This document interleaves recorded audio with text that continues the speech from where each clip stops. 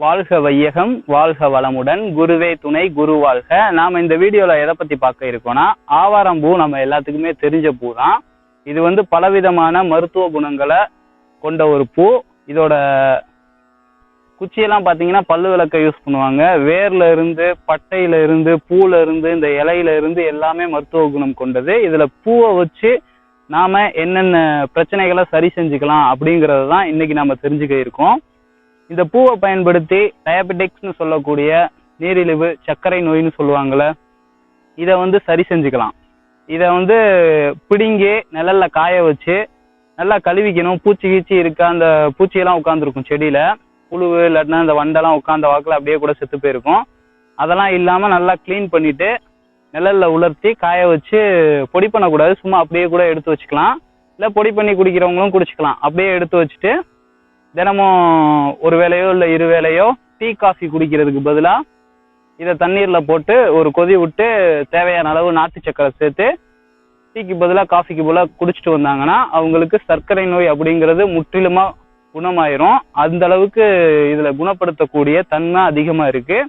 அது மட்டும் கிடையாது, இது ஒரு ஆன்டிபயோட்டிக்னு சொல்லலாம். இப்போ நம்ம ரத்தத்தில் இருக்கக்கூடிய தேவையில்லாத கழிவுகளை வெளியேற்றக்கூடிய தன்மை. அது இல்லாமல் உடலுக்கு கிருமி நாசினி, உள்ளுக்குள்ள போகக்கூடிய கிருமிகளை எதிர்த்து போராட அளவுக்கு உள்ளுக்குள்ள நமக்குள்ள இம்யூனிட்டி பவரை அதிகப்படுத்தக்கூடிய தன்மையும் இந்த பூவுக்கு இருக்கு.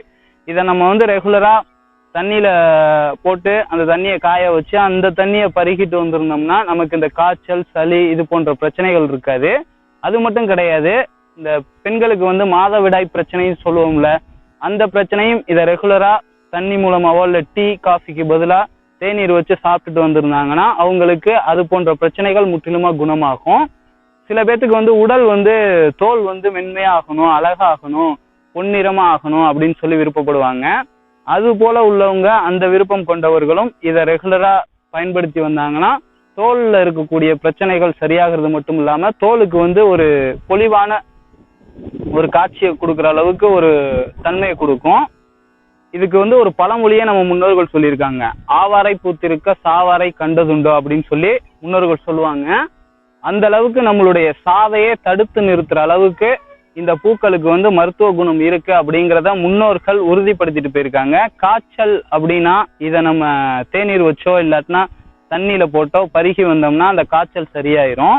நம்ம வயிற்று சம்பந்தமான உபாதைகள் அதையும் இது சரி செய்யும் அப்படிங்கிறத முன்னோர்கள் சொல்லியிருக்காங்க. இது போல இந்த ஆவார பூவுக்கான மருத்துவ குணங்களை நாம பேசிக்கிட்டே போனா சொல்லிக்கிட்டே போலாம். அந்த அளவுக்கு நிறைய இருக்கு.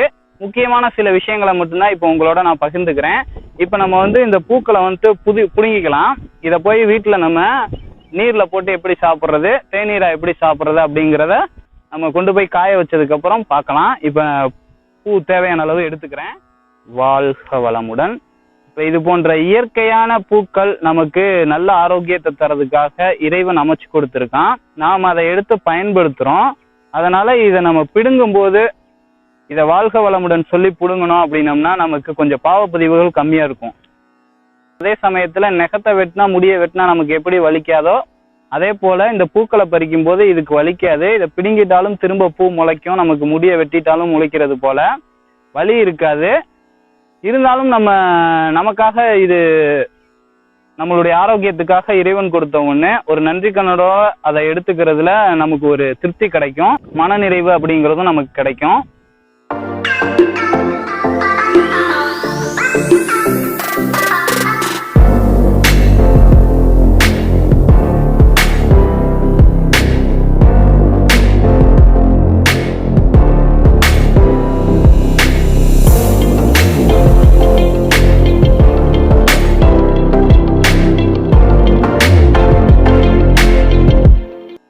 இப்போ நம்ம சட்டியில் ஊற்றியாச்சு. இதில் தண்ணி ஊற்றி கொஞ்சம் அலசிக்குவோம். இது நல்ல வெள்ளை துணி இருந்ததுன்னா அதை வச்சு வடிகட்டணும். ஏன்னா இந்த மரகந்தம்னு சொல்லுவோம்ல பூல இருக்கிறது, அதெல்லாம் மிஸ் ஆகக்கூடாது. அதனால துணியில் வடிகட்டிட்டு அந்த தண்ணியை நீரை நல்லா ஃபுல்லாக வடிகட்டிட்டு மீதி இருக்கிறத அப்படியே நிழல்ல உலர்த்தி வச்சிடலாம். இப்படி வெள்ளை துணியை வச்சு வடிகட்டிட்டோம்னா அந்த மரகந்தம்லாம் மிஸ் ஆகாமல் நமக்கு அப்படியே கிடைக்கும். நம்ம இப்படி தண்ணியில் போட்டு இந்த வெள்ளை துணியில் வடிகட்டும் போது பாருங்கள் அந்த சின்ன சின்ன கருப்பு கருப்பாக இருக்கக்கூடிய தூசியெல்லாம் அந்த துணியில் படிஞ்சிருச்சு. சுத்தமாக ஆவாரம்பூவை நம்ம தூய்மை செஞ்சு எடுத்துக்கிட்டோம். இதை அப்படியே நிழல் காய்ச்சல்லையே காய வச்சு வச்சுக்கணும். அன்னைக்கு தேவையான அளவு சும்மா ஓரளவுக்கு இவ்வளோக்கு எடுத்து நம்ம குடிக்கிற தண்ணியில் போட்டு சுட வச்சு அந்த தண்ணியை பருகிட்டு வரலாம். இல்லாட்டினா தேநீராகவும் குடிக்கலாம். அதே சுடு தண்ணியில் போட்டுட்டு அதுக்கு தேவையான அளவுக்கு நாட்டு சக்கரை சேர்த்து அதை அப்படியே தேநீராகவும் எடுத்துக்கலாம். டயபெட்டிக்ஸ் இருக்கிறவங்க ஒரு நாளைக்கு 2 தடவை தேநீராக எடுத்துக்கிறது சிறந்தது. நார்மலாக உடல் ஆரோக்கியத்துக்காக சாப்பிட்றவங்க எல்லா நாளும் சாப்பிடக்கூடாது. வாரத்தில் 1 நாள் இல்லை 2 நாள் நம்ம இந்த விரதம் இருப்போம்ல அது போன்ற டயத்துலலாம் இந்த தண்ணியை மட்டும் குடிச்சிட்டு வந்தோம்னா உடலில் இம்யூனிட்டி பவர் அப்படிங்கிறது ஜாஸ்தியாக இருக்கும்.